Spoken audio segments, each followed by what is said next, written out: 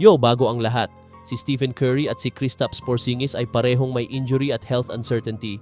Ang tanong, ipapagpatuloy ba natin ang laban para sa playoffs o i-rest natin ang mga star players para sa kanilang long-term health?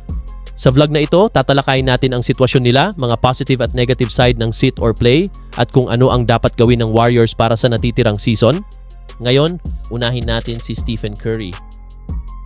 Out siya simula noong January 30 dahil sa right knee issue at nakaschedule ulit ng re-evaluation sa loob ng 10 days.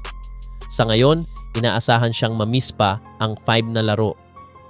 Hindi structural ang injury pero delikado kung puwersahin.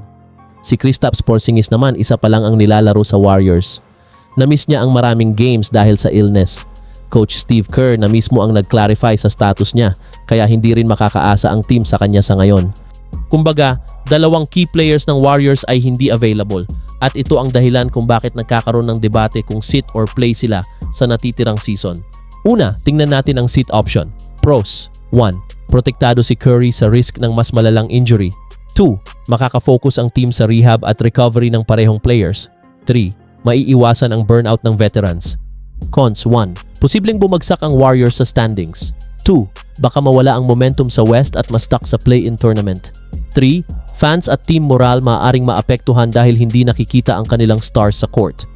So kung pipiliin ng Warriors na i-rest ang mga star, ito ay strategy para sa long-term benefit kahit mabawasan ang chances sa short-term playoffs. Pangalawa, ang play option. Pros: 1.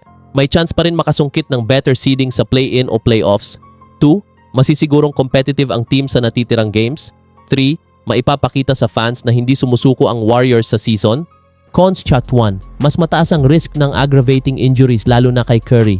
2. Posible ang long-term setback kung ma-injure ng mas malala ang key players. 3.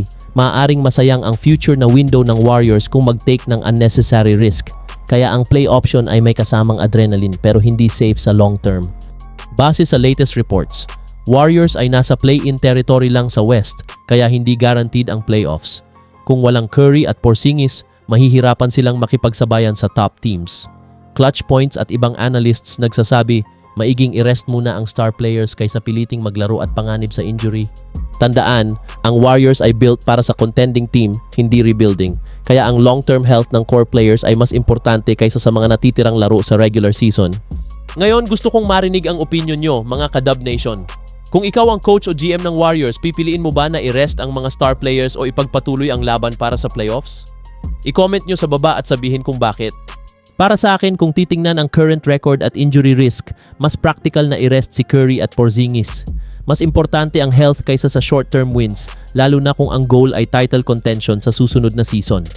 Yan ang analysis natin sa sitwasyon ng Warriors. Huwag kalimutang like, share at subscribe para updated sa lahat ng Warriors news at NBA analysis.